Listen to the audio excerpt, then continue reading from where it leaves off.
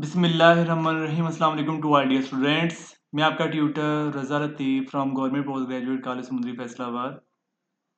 Course title numerical analysis 1, course code MTH 601।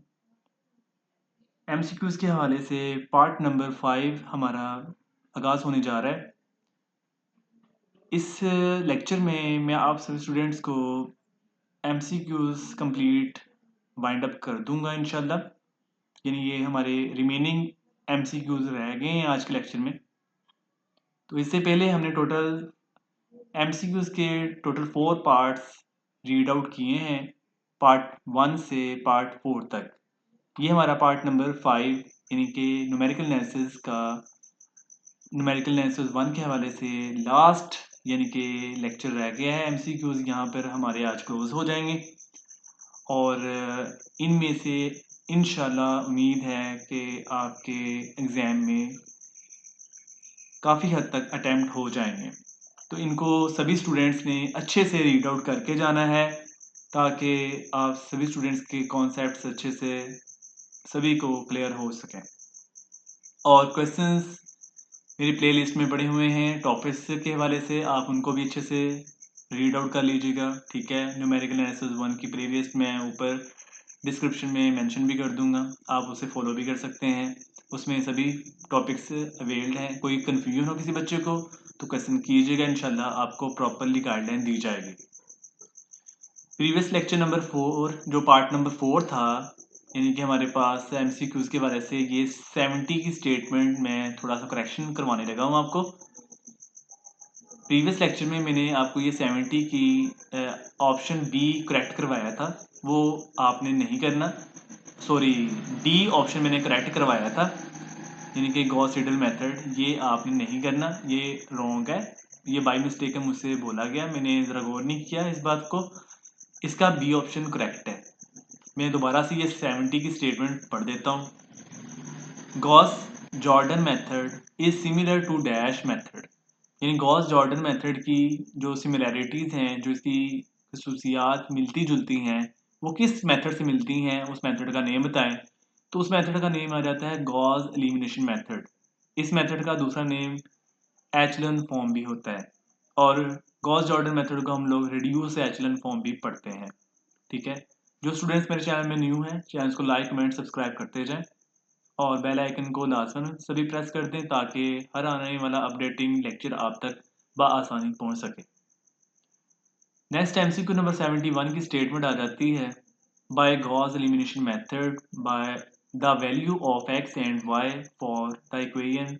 ये हमें 2 equations दी हुई हैं, x plus Y is equal to 2 है and 2x plus 3y is equal to 5 है, ठीक है। यहाँ से जस्ट आपने इसको एलिमिनेट करना है। एलिमिनेट करना आपके लिए बिल्कुल इजी वर्क है। आपने बेसिक मैट्रिक क्लासेस तक पढ़े हुए हैं कि एक्स वाई की वैल्यू कैसे कैलकुलेट करनी है। आप इसको थोड़ा रफ में करिएगा तो इंशाल्लाह आपको एक्स वाई की वैल्यू मिलेगी, वो आएगा A option is the correct answer, X is equal to 1 and Y is equal to 1, ठीक है। ये आप इजीली परफॉर्म कर लेंगे। नेक्स्ट MCQ नंबर 72 की स्टेटमेंट आ जाती है, Gauss elimination method and Gauss Jordan method are dash methods. यानी बताया, यहाँ से ये पूछा जा रहा है कि गॉस एलिमिनेशन मेथड और गॉस जॉर्डन मेथड यानी कि एचलन एंड रिड्यूस एचलन फॉर्म किसके मेथड हैं, ये किसकी टाइप्स हैं। तो ये हमारा सी ऑप्शन करेक्ट आएगा, डायरेक्ट मेथड। डायरेक्ट मेथड के हमारे पास टोटल 4 मेथड थे, जिसमें हम लोगों ने गॉस एलिमिनेशन मेथड पढ़ा, गॉस जॉर्डन मेथड पढ़ा, क्रैमर रूल पढ़ा एंड इनवेरिएंट जिसे हम लोग इन्वर्स मेथड कहते हैं। ये हमने टोटल 4 मेथड पढ़े थे। तो ये मेथड हमारे आ जाते हैं डायरेक्ट के। So C option is the correct answer. Next हमारे पास MCQ नंबर 73 आ जाता है, bisection method is dash. Bisection method को हम लोग, ए ऑप्शन इसमें आ रहा है, ब्रैकेटिंग मेथड भी कहते हैं, ठीक है। इसके अलावा ब्रेकिंग मेथड के नेम से भी जाना जाता है और बोल्जानो मेथड भी होता है, इंटरवल हार्विंग भी होता है, ठीक है। तो नेक्स्ट हमारे पास MCQ नंबर 74 की स्टेटमेंट आ जाती है, back substitution procedure is used in dash. Back substitution procedure हम लोग यूज करते हैं गॉस एलिमिनेशन मेथड में, यानी सी ऑप्शन हमारा करेक्ट आंसर होगा, ओके। नेक्स्ट हमारे पास MCQ नंबर 75 की स्टेटमेंट आ जाती है। MCQ नंबर 75 हमारे पास कुछ इस तरह है, in which of the following method proper choice of initial value, यानी initial value को हम लोग initial guess भी पढ़ते हैं, is very important। इनिशियल हमारे पास वैल्यू यानी कि इनिशियल गैस जो है प्रॉपर चॉइस किस मेथड में हम यूज़ करते हैं, ये हमने नॉन लीनियर इक्वेशन के मेथड्स में अंडरस्टैंड किया था। नॉन लीनियर का हमारा एक ही एक मेथड ऐसा था जिसमें हम लोगों ने इनिशियल गैस का काम किया था, यानी कि इनिशियल वैल्यू का हमने वर्क किया था। उस मेथड का नेम आ जाता है well familiar and well famous, इसका नेम आता है Newton Raphson method. So B option is the correct answer. Next हमारे पास एमसीक्यू नंबर 76 है, F of X plus H minus F of X is equal to question mark. यहाँ पर हमारे पास function F of X plus H है, इस पे हम लोग शिफ्ट ऑपरेटर अप्लाई करेंगे। तो शिफ्ट ऑपरेटर के according F of X plus H is equal होता है capital E into F of X. So हमारे पास E F of X minus F of X बन जाएगा, फिर हमने इन दोनों में से एफ ऑफ एक्स को कॉमन लेना है, तो ब्रैकेट में आ जाएगा E minus one. So E minus one आपके पास डेल ऑपरेटर होता है, आप जानते हैं del is equal to E minus one है। तो सी ऑप्शन हमारा करेक्ट आंसर है, del F of X is equal this side. Okay, next हमारे पास एमसीक्यू नंबर 77 आ जाता है। एमसीक्यू नंबर 77 की स्टेटमेंट कुछ इस अंदाज में है, in dash method a system is reduced to an equivalent diagonal form using the elementary transformation. यानी कि वो कौन सा मेथड है जिसमें हम लोग रिड्यूस्ड करते हैं और डायगोनल की एंट्रीज एलिमेंट्री ट्रांसफॉर्म हो रही होती हैं, उस मेथड का नेम बताएं। इस मेथड का नाम आ जाता है गॉस एलिमिनेशन मेथड। इसमें हम लोग डायगोनल एंट्रीज वन वन बनाते हैं और डायगोनल के अपर पार्ट में वैल्यूज होती हैं, लोअर पार्ट में जीरोज होते हैं। ओके, अगर हम लोग गॉस जॉर्डन की बात करते हैं तो डायगोनल की एंट्रीज हमारे पास वन वन होती हैं और डायगोनल के अपर और लोअर दोनों साइडों में जीरोज होते हैं, यानी डायगोनल के अपर पोर्शन पार्ट भी जीरो हो, लोअर पार्ट भी जीरो हो, तो वो हमारा गॉस जॉर्डन होता है। बट यहाँ पे गॉस जॉर्डन का कोई ऑप्शन नहीं था, इसलिए हमारे पास फाइनली गॉस एलिमिनेशन आ जाएगा, इसमें भी हम लोग डायगोनल का वर्क कर रहे होते हैं। So B option is the correct answer. 78 की स्टेटमेंट रहती है, the basic idea of realization method is reduced the largest residual to. यानी कि जो हमारे पास रियलाइजेशन मेथड का जो बेसिक हमारा बुनियादी आइडिया है वो किस अंदाज में आहिस्ता आहिस्ता रिड्यूस होता है, कम होना शुरू हो जाता है। द लार्जेस्ट रेजिड्यूल टू, यानी कि जब हम लोग इसको इंक्रीज कर रहे होते हैं तो बड़े रेजिड्यूल से वो कैसे कम होना शुरू हो जाता है, वो कहाँ से कहाँ तक होगा। तो ये हमारे पास जो वैल्यू इनिशियल स्टार्ट की जाती है वो ऑलवेज ज़ीरो से ही आगाज़ की जाती है, ज़ीरो से हमारा इसका ग्रेजुअली इंक्रीज करता है फिर वो रिड्यूस होता है। So A option is the correct answer, zero. Next हमारे पास एमसीक्यू नंबर 79 की स्टेटमेंट आ जाती है। एमसीक्यू नंबर 79 है, sparse matrices arise in computing the numerical solution of dash. Sparse matrices ये आपके सिलेबस में एक न्यू ट्रिक थी, ठीक है, ये आपके आउटलाइन में इसकी कोई भी एप्लीकेशन नहीं है, ये जस्ट एक थ्योरी टाइप हमारे पास स्टेटमेंट थी। तो इसको जस्ट मैंने एक एमसीक्यूज के तौर पर आप सभी स्टूडेंट के सामने ला के रख दिया है। ये जस्ट आपके एमसीक्यूज के बारे से बात है, मद्देनजर रखनी है कि स्पार्स मैट्रिसेस जो है ये कंप्यूटिंग के हमारे पास सॉफ्टवेयर की लैंग्वेज को डील करते हैं और न्यूमेरिकल सॉल्यूशन को सोल्व करने में हमें हेल्पफुल होते हैं, ये आपको सॉफ्टवेयर में काम देता है। तो स्पार्स मैट्रिसेस आपका हमेशा यूज़ किया जाता है पार्शियल डिफरेंशियल इक्वेशन।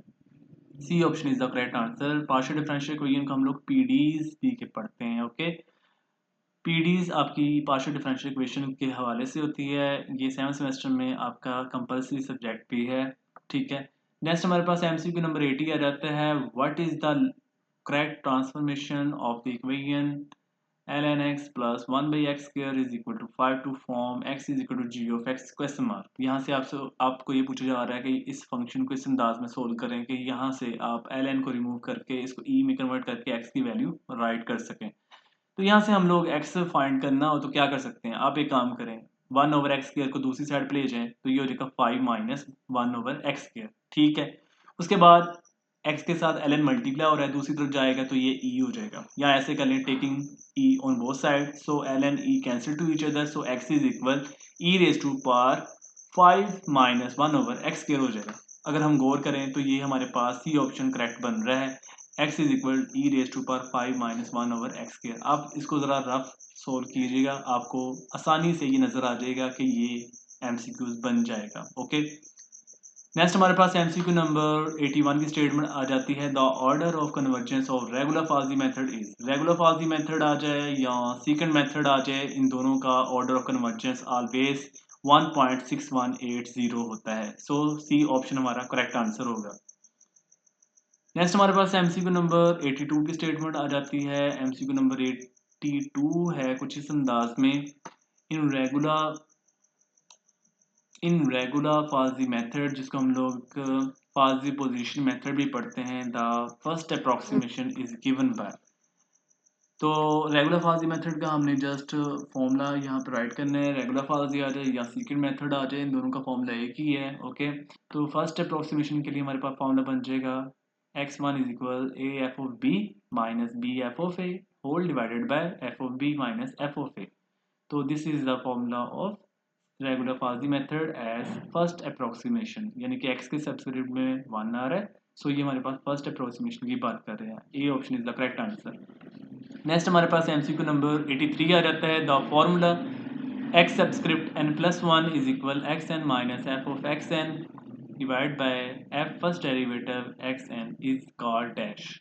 ये पूछा जा रहा है कि ये फॉर्मूला आप सभी स्टूडेंट ने कहाँ पढ़ा है, कहाँ रीड आउट किया है, या किस मेथड में ये यूज़ होता है, इसका नेम बताएं। तो यहाँ पर हमारे पास ये मेथड हमने न्यूटन-रॉप्सन मेथड में अंडरस्टैंड किया था, बहुत वेल फेमस और बहुत कह लें कि अच्छे अंदाज में पूछे जाने वाला ये क्वेश्चन है एग्जाम्स में। तो ये अच्छे से आपको ये फॉर्मूला मद्देनज़र रखना है, इसके रिलेटेड हमने एप्लीकेशन पे काम भी किया हुआ है। ठीक है, तो सी ऑप्शन हमारा करेक्ट हो जाएगा, न्यूटन-रॉप्सन मेथड। नेक्स्ट हमारे पास है MCQ नंबर 84 की स्टेटमेंट आ जाती है। MCQ नंबर 84 हमारे पास कुछ इस अंदाज में है, the rate of convergence of bisection method is. Bisection method का रेट ऑफ कन्वर्जेंस यानी कि ऑर्डर ऑफ कन्वर्जेंस क्या होता है। ठीक है, ये जस्ट MCQs के हवाले से आपको बात मद्देनजर रखनी है। जस्ट इम्पोर्टेंट आपका क्या है कि order of convergence of second method is 1.6180। इसका प्रूफ आपने अच्छे से अंडरस्टैंड कर लेना है एग्जाम्स के लिए लॉन्ग क्वेश्चन में। और इसके अलावा आपने ये भी अच्छे से प्रिपेयर कर लेना है, order of convergence of Newton Raphson method is 2, यानी कि अल्फा इज इक्वल टू 2। ये आपने दोनों थ्योरम बहुत अच्छे अंदाज में अंडरस्टैंड कर लेने हैं फाइनल एग्जाम के लिए।